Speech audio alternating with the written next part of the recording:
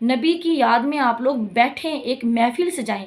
جیسے قرآن پاک میں ذکر ہے نا، فَاذْكُرُونِی أَذْكُرْكُمْ وَاشْكُرُوا لِی وَلَا تَکْفُرُونَ یا ایھا الذین آمنوا اسْتَعِینُوا بِالصَّبْرِ وَالصَّلَاۃِ. پوری آیت یعنی یہ اللہ کا تم ذکر کرو. نبی کی یاد میں اس دن ایک چھوٹی سی محفل سجاؤ. محفل ایسے سجاؤ اس میں بیٹھو، اللہ کا ذکر کرو. اللہ کہتا ہے تم میرا ذکر کرو، میں تمہارا ذکر کرتا ہوں.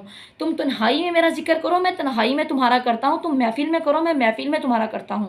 اللہ کا ذکر کرو، اس کے نبی کی احادیث مبارکہ بیان کرو.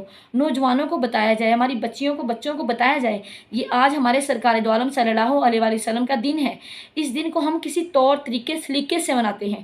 یہ کوئی طور طریقہ سلیقہ نہیں کہ ڈیکوں میں اونچی آواز میں جشن عید میلاد النبی کی نعتیں لگائی جائیں، اپنے ہاتھوں میں جھنڈیاں، اور استغفر اللہ نعوذ باللہ. یقین والی بات ہے بعض دفعہ تو اذان ہو رہی ہوتی ہے اور لوگوں نے ڈیکوں میں فل آواز میں نعتیں لگائی ہوتی ہیں اور ان کو اس بات سے باخبر ہوتے ہیں کہ اذان ہو رہی ہے باہر.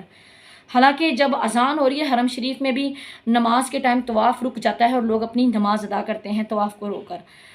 تو یہ ایک سراسر بدعت بھی ہے، ناجائز کام ہے، شریعت کے خلاف بھی ہے.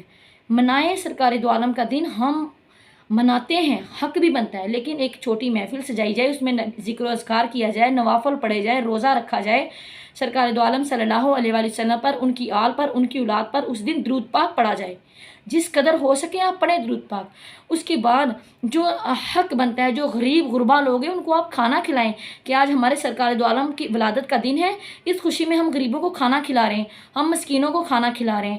ہم اس طرح کے کوئی نیک عمل کریں جو آپ کے لیے صدقہ جاریہ بنے.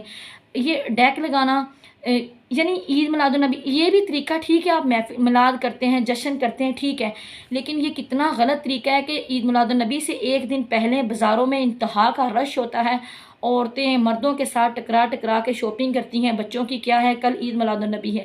یہ عید میلاد النبی کے علاوہ بھی جب عید آتی ہے تو عیدوں پہ یہ کام اکثر لوگ کرتے ہیں اور جو ناجائز ہے.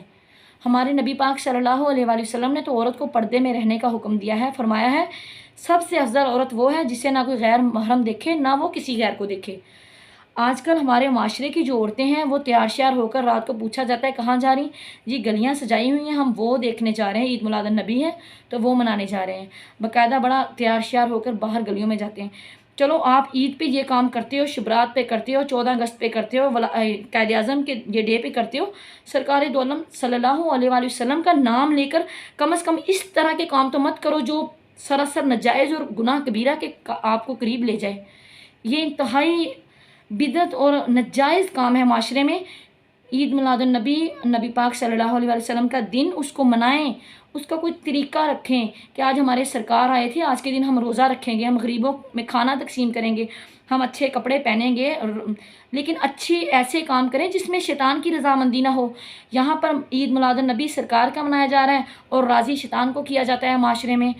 استغفر اللہ. اللہ تعالیٰ جو بھی میرے سے غلط کلام کوئی بھی بولی گئی ہو تو اللہ پاک مجھے معاف فرمائے.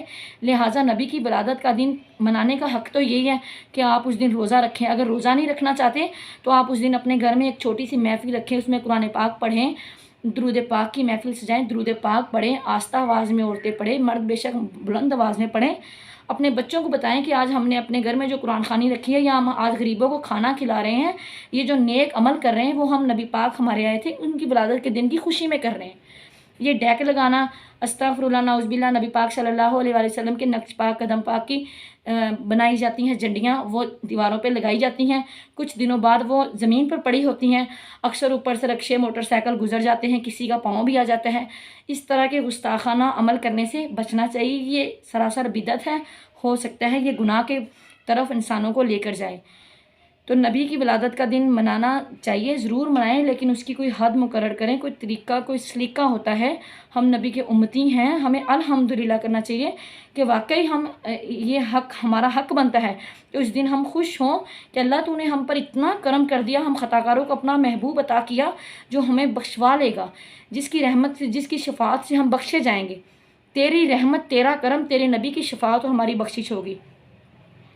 تو لہٰذا اس لحاظ سے ہم سرکار کا دن مناتے ہیں، لیکن اس کی کوئی طریقہ سلیقہ ہونا چاہیے، کوئی باقاعدہ ذکر و اذکار ہونے چاہیے، کوئی نبی کی احادیث ہونی چاہیے۔ ہمارے معاشرے میں غلامی رسول پر موت بھی قبول ہے، یہ نعرہ لگایا جاتا ہے، لیکن ہمارے معاشرے میں آج کل کے نوجوان کو یہ بھی نہیں پتہ سرکار دو عالم صلی اللہ علیہ وآلہ وسلم جمعے کے دن ناخن کیسے کاٹتے تھے۔ یہ یونیورسٹی کالجوں میں جانے والے جو بچے اپنے ماتھوں پر پٹیاں باندھتے ہیں جشن عید میلاد النبی کی، اور موٹر سائیکلوں پر جھنڈیاں لے کر نعرے لگاتے جاتے ہیں، تو ان کو نبی پاک صلی اللہ علیہ وآلہ وسلم کی کیا تمام سنتوں کا پتہ ہے؟ کیا چند احادیث مبارکہ کا پتہ ہے؟ کیا ان کو ہمارے جو فرائض ہیں، واجبات ہیں، سنت موقدہ ہے، غیر موقدہ ہیں، ان چیزوں کے بارے میں پتہ ہے؟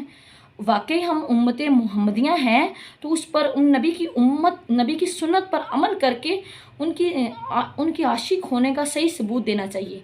نبی پاک صلی اللہ علیہ وآلہ وسلم کی تمام سنتوں پر اللہ تعالیٰ ہمیں عمل کرنے کی توفیق دے، تمام بدعتی اور ایسی جو شریعت کے خلاف باتیں ہیں ان سے بچنے کی توفیق عطا فرمائے، اور ایسی عورتوں کو تو ضرور اللہ تعالیٰ عمل کرنے کی توفیق دے جو ربیع الاول کی شام کو گھروں سے تیار شیار ہو کر نکلتی ہیں۔ کہاں جا رہی ہیں پوچھا جائے تو کہتے ہیں ہم گلیاں دیکھنے جا رہے ہیں۔ ایسے بچے موٹر سائیکلوں پر جاتے ہیں، شور و غل کرتے ہیں، جشن عید میلاد منا رہے ہیں۔ منائیں لیکن کوئی طریقہ سلیقہ رکھیں، اپنے گھروں میں ذکر و اذکار کریں، کوئی روزہ رکھیں، کوئی غریبوں میں کھانا تقسیم کریں۔ اس دن کوئی وہ جب کیک کاٹا جاتا ہے، ایسے جو کام ہے نا، یہ کیک کاٹنا سالگرہ پر، یہ انگریزوں کے کام ہیں۔ ہمارے کسی بھی کتاب میں نہیں لکھا کہ فلاں نبی آیا تھا تو اس نے اپنی ولادت کے دن کیک کاٹا تھا، یا فلاں صحابی اپنی ولادت کے دن کیک کاٹتا تھا، ایسا ہم نے کبھی کسی کتاب میں پڑھا نہیں ہے۔ تو اس طرح کے عمل کرنے کے بجائے نبی پاک صلی اللہ علیہ وآلہ وسلم نے فرمایا کہ مسکینوں کو، غریبوں کو کھانا کھلاؤ، محتاجوں کی مدد کرو، یہ کام کریں جو ہمارے نبی نے فرمائے ہیں۔